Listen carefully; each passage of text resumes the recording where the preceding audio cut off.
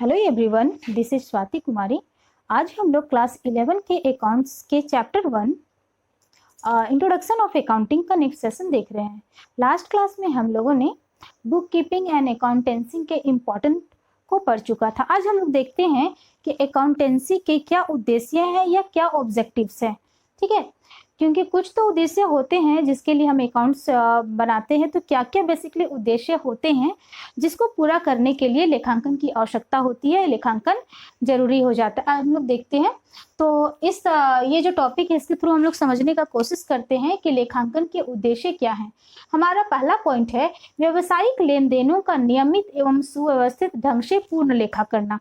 इसका मतलब है व्यावसायिक लेन देन के बारे में हम लोगों ने लास्ट क्लास में ही पढ़ा था कि व्यावसायिक लेन देन वैसा लेन देन है जो व्यवसाय के लिए इम्पोर्टेंट है, महत्वपूर्ण है और जो मुद्रा से रिलेटेड होते हैं। तो ऐसे लेन देनों को नियमित यानी कि रेगुलर, ऐसा नहीं कि आज आपने लेखा किया और 4 दिन नहीं किया, फिर कुछ किया, फिर 1 महीना नहीं किया, स्टेप से नहीं होना चाहिए। नियमित मतलब रेगुलर होना चाहिए और सुव्यवस्थित ढंग से। कहने का मतलब कि जैसे जैसे लेन देन हो उसी तरह से उसका लेखा होना चाहिए। ये नहीं कि अगर आप जनवरी का लेखा कर रहे हैं तो आप जनवरी के 10 तारीख को पहले लिख रहे हैं, फिर 2 तारीख का लेखा बाद में कर रहे हैं, फिर आप 30 जनवरी लिख रहे हैं, फिर आप 1 तारीख का तो इस तरह से नहीं होना चाहिए। कहने का मतलब सुव्यवस्थित, नियमित तो होना चाहिए, रेगुलर भी होना चाहिए और सुव्यवस्थित ढंग से। तो लेखांकन का ये पहला उद्देश्य है और ऐसा करने से जो लेखांकन के भूलने की संभावना होती है या कोई लेखा छूटने की संभावना होती है वो खत्म हो जाती है।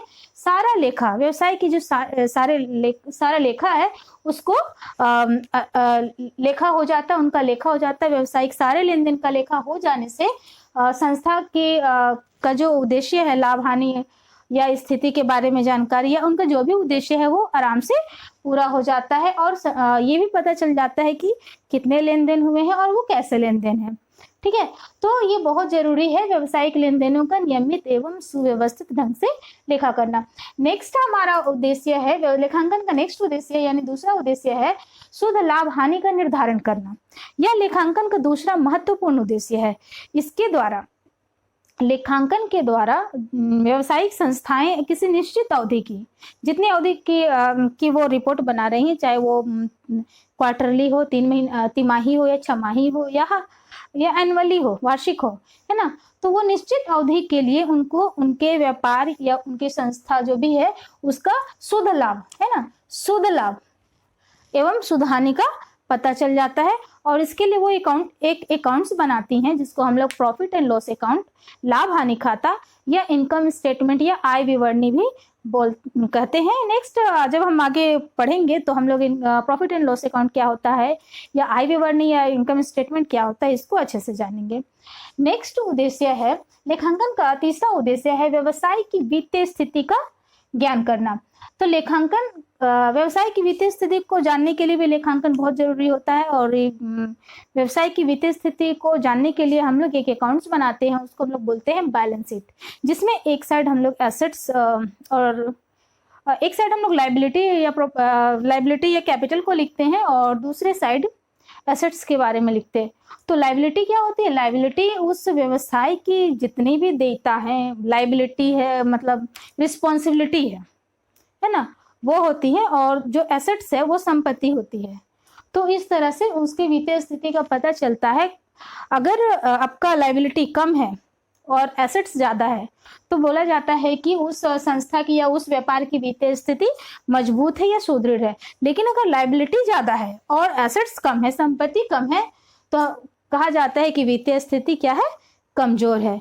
तो इस तरह से व्यवसाय की वित्तीय स्थिति का ज्ञान भी हमको लेखांकन से मिल जाता है। लेखांकन का चौथा महत्वपूर्ण उद्देश्य है आर्थिक निर्णयों के लिए सूचना प्रदान करना। आर्थिक निर्णय, ये आर्थिक निर्णय, आर्थिक मतलब अर्थ, रुपया पैसा, और रुपया पैसा या मुद्रा से रिलेटेड बहुत सारे निर्णय व्यवसाय को लेने पड़ते हैं।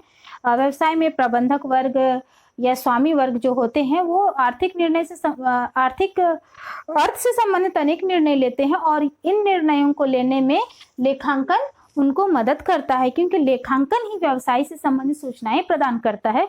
तो इस तरह लेखांकन जो है आर्थिक निर्णय लेने में मदद करता है प्रबंधक को या स्वामी वर्ग को। नेक्स्ट हमारा उद्देश्य है व्यवसाय में हित रखने वाले पक्षकारों को सूचनाएं देना। व्यवसाय में स्वामी के अलावा अनेक ऐसे पक्ष होते हैं जैसे लेनदार, कर्मचारी, इन्वेस्टर्स, ऐसे बहुत सारे पक्ष होते हैं जो लेखांकन सूचनाओं को जानना चाहते हैं अपने डिफरेंट विभिन्न उद्देश्य की पूर्ति के लिए, है ना। तो इन सभी पक्षों को लेखांकन ही सूचना प्रदान करता है व्यवसाय से संबंधित, और जिन सूचनाओं को जानकर ही वे यह डिसीजन लेते हैं या निर्णय लेते हैं कि उन्हें उस व्यवसाय में रहना है या नहीं रहना है ना। बैंकर्स ये निर्णय लेते हैं कि लोन देना है कि नहीं देना है। तो इस तरह से जो अलग अलग पक्ष हैं वो अपने अपने अनुसार लेखांकन सूचनाओं के आधार पर ही निर्णय ले पाते हैं। हमारा लास्ट उद्देश्य है लेखांकन का कानूनी आवश्यकताओं को पूरा करना। व्यापार को भी अनेक कानूनी आवश्यकताओं को पूरा करना होता है, जैसे टैक्स कैलकुलेशन के लिए, या फिर अगर किसी तरह का वाद विवाद हो जाए, व्यापारी वर्ग में झगड़े हो जाए, तो ऐसी स्थिति में लेखांकन ही है जो न्यायालय में साक्ष्य का काम करता है। हम लोग लास्ट वीडियो में भी इस बार बात कर चुके थे। तो इस तरह से ये जो कानूनी आवश्यकताओं की पूर्ति करने का जो इनका उद्देश्य है लेखांकन का, ये बहुत इंपॉर्टेंट है। इसके अभाव में हम टैक्स रिटर्न, ऐसे अनेक लीगल फॉर्मेलिटीज हैं जिसको पूरा नहीं कर पाते हैं। ठीक है, नेक्स्ट हम लोग देखते हैं लेखांकन की प्रकृति या नेचर ऑफ अकाउंटिंग। लेखांकन की प्रकृति क्या है या नेचर क्या है, हम लोग इसको जानने के लिए ये जो पॉइंट आपके सामने लिखा हुआ है इस पर चर्चा करते हैं, है ना। और इस पॉइंट के थ्रू हम ये जान पाएंगे कि लेखांकन की प्रकृति क्या है। पहले तो आप ये जान लीजिए कि जब भी आपको किसी की प्रकृति के बारे में पूछा जाएगा एग्जाम में, चाहे वो दूसरे सब्जेक्ट बीएसटी या ईटीपी से भी संबंधित हो सकते हैं, तो वहां पर जनरली हम लोग चर्चा करते हैं कि कला है या विज्ञान, कला और विज्ञान के बारे में बात होता है जब है। लेकिन अगर हम अकाउंट्स की बात करें तो प्रकृति में बहुत सारे आपको पॉइंट दिख रहे होंगे। कला की बात भी हो रही, विज्ञान एक बौद्धिक विषय भी है, पेशा भी माना गया है, सामाजिक शक्ति और सेवा कार्य के रूप में भी माना गया है। तो ये जो प्रकृति है, लेखांकन की प्रकृति कैसी है, हम लोग इस पर चर्चा करते हुए पहला पॉइंट देखते हैं। लेखांकन एक कला है। तो सबसे पहले हमको ये जानना होगा कि लेखांकन कला है या नहीं। उसके लिए हमको सबसे पहले ये जानना होगा कि कला किसको बोलते हैं, ये कला क्या है। तो कला का अर्थ होता है किसी भी काम को सर्वोत्तम ढंग से पूरा करना। उसी तरह अकाउंट्स भी है, लेखांकन भी है। और सर्वोत्तम ढंग से हम किसी भी काम को कब पूरा कर पाते हैं, जब उस काम को हम बार बार करते हैं, है ना। फॉर एग्जाम्पल, अगर आप बार बार अगर आप खाना बनाने का काम कर रहे हो तो आप एक दिन ऐसा आएगा कि आप अच्छा से खाना बना पाओगे, अच्छा खाना बना पाओगे। मतलब ये नियम हर जगह लागू होता है। लेखांकन के साथ भी यही चीज है कि अगर हम लेखा कार्य करते रहते हैं और बार बार करते हैं तो करने से हमको बहुत एक्सपीरियंस और अनुभव होता है, और जो गलतियां जो हम पहले बार में करते होंगे वो धीरे धीरे प्रैक्टिस और अनुभव के बाद वो गलतियां कम हो जाती है। तो इसलिए बोला गया है कि लेखांकन एक कला है। मतलब इसको बार बार करने से, बार बार लेखा कार्य करने से आप लेखांकन में निपुण हो जाते हैं, कुशल हो जाते हैं, और आपकी जो गलतियां होती है वो धीरे धीरे कम हो जाती है। इसलिए लेखांकन को कला माना गया है।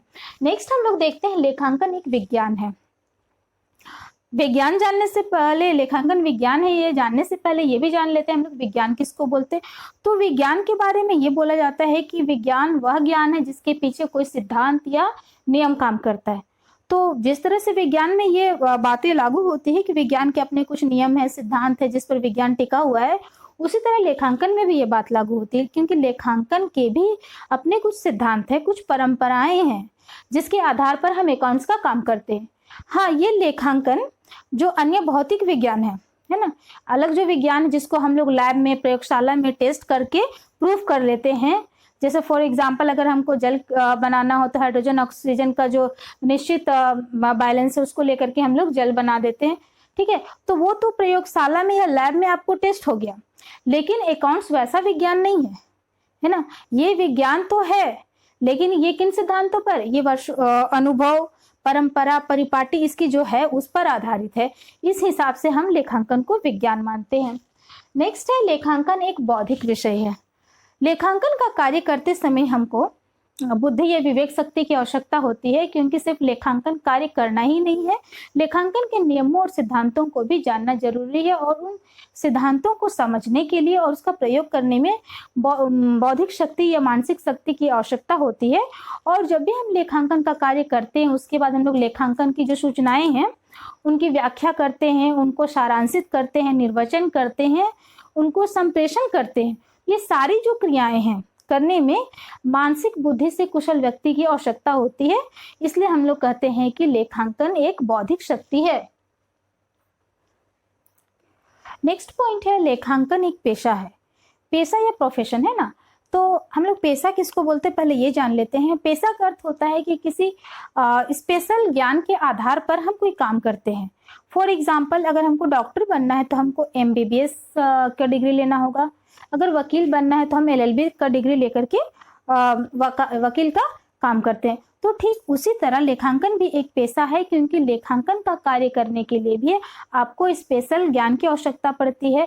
आपको ICOM, BCOM, MCOM या CA इस तरह का जो कोर्सेस है उसको करना पड़ता है और संबंधित डिग्री लेनी पड़ती है। उसके बाद आप लेखांकन के बारे में जानते हो और फिर उस लेखांकन का प्रयोग करते हो आप एक पेशे के रूप में, है ना। तो लेखांकन को हम इस तरह से पेशा मानते हैं। नेक्स्ट हमारा पॉइंट है, लेखांकन एक सामाजिक शक्ति है। सामाजिक शक्ति लेखांकन क्यों है? क्योंकि समाज में बहुत सारी समस्याएं होती है जिसको समाधान करने में लेखांकन का प्रयोग किया जाने लगा है। ये पहले कम था, लेकिन अब बहुत हर क्षेत्र में लेखांकन का प्रयोग होने लगा है। जैसे मूल्य नियंत्रण, मूल्य निर्धारण, ऐसी अनेक समस्याएं हैं जिसको जिससे लेखांकन मदद करता है ये समस्या को समाधान करने में। हमारा लास्ट पॉइंट है, लेखांकन एक सेवा कार्य है। लेखांकन एक सेवा कार्य इसलिए है क्योंकि लेखांकन व्यवसाय से संबंधित अनेक सूचनाएं प्रदान करता है उन व्यक्तियों को जिनको इनकी आवश्यकता है। तो इस तरह से लेखांकन एक सेवा कार्य है और इन्हीं सूचनाओं के आधार पर जो भी व्यक्ति है, संबंधित व्यक्ति हैं, वो अपना कार्य करते हैं। तो लेखांकन सूचना को एक सेवा कार्य के रूप में माना गया है। तो इस तरह हम लोगों ने आज के सेशन में लेखांकन के उद्देश्य एवं प्रकृति पर बात की, है ना। तो लेखांकन के उद्देश्य एवं प्रकृति को हम लोगों ने समझा ना। आप लोग को ये क्लास अच्छा लगा हो, वीडियो समझ में आए तो प्लीज चैनल को लाइक, शेयर एंड सब्सक्राइब कीजिए। और आज के लिए इतना ही। Thank you.